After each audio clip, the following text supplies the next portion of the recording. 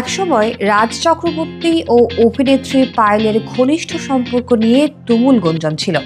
বর্তমানে একই এলাকার বাসিন্দা হলেও তাদের সেই ঘনিষ্ঠতা আর নেই। এদিকে রোববার রাতে হঠাৎ করেই রাজের সঙ্গে এক ছবি শেয়ার করলেন পায়েল, কিন্তু ছবি প্রকাশ করেই তা মুছে দিলেন অভিনেত্রী।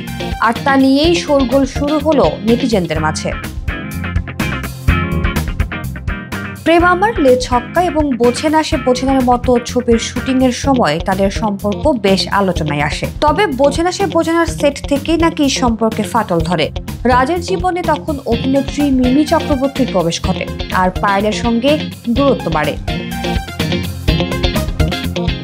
রাজ এই মুহূর্তে শুভশ্রীকে বিয়ে করে সংসারী, অন্যদিকে পায়েল এখনো বিয়ে করেননি।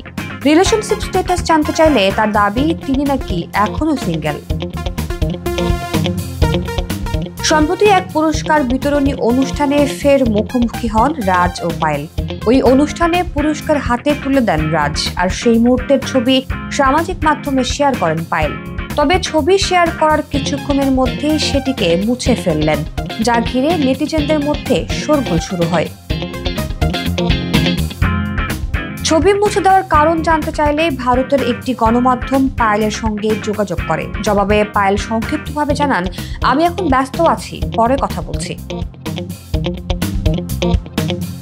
এতে জল্পনা কল্পনা আরো বাড়ে। অনেকে ধারণা করছেন প্রাক্তন সম্পর্ক নিয়ে নতুন করে বিতর্ক এড়াতেই পায়েল এই বিষয়ে মন্তব্য করা থেকে বিরত থেকেছেন।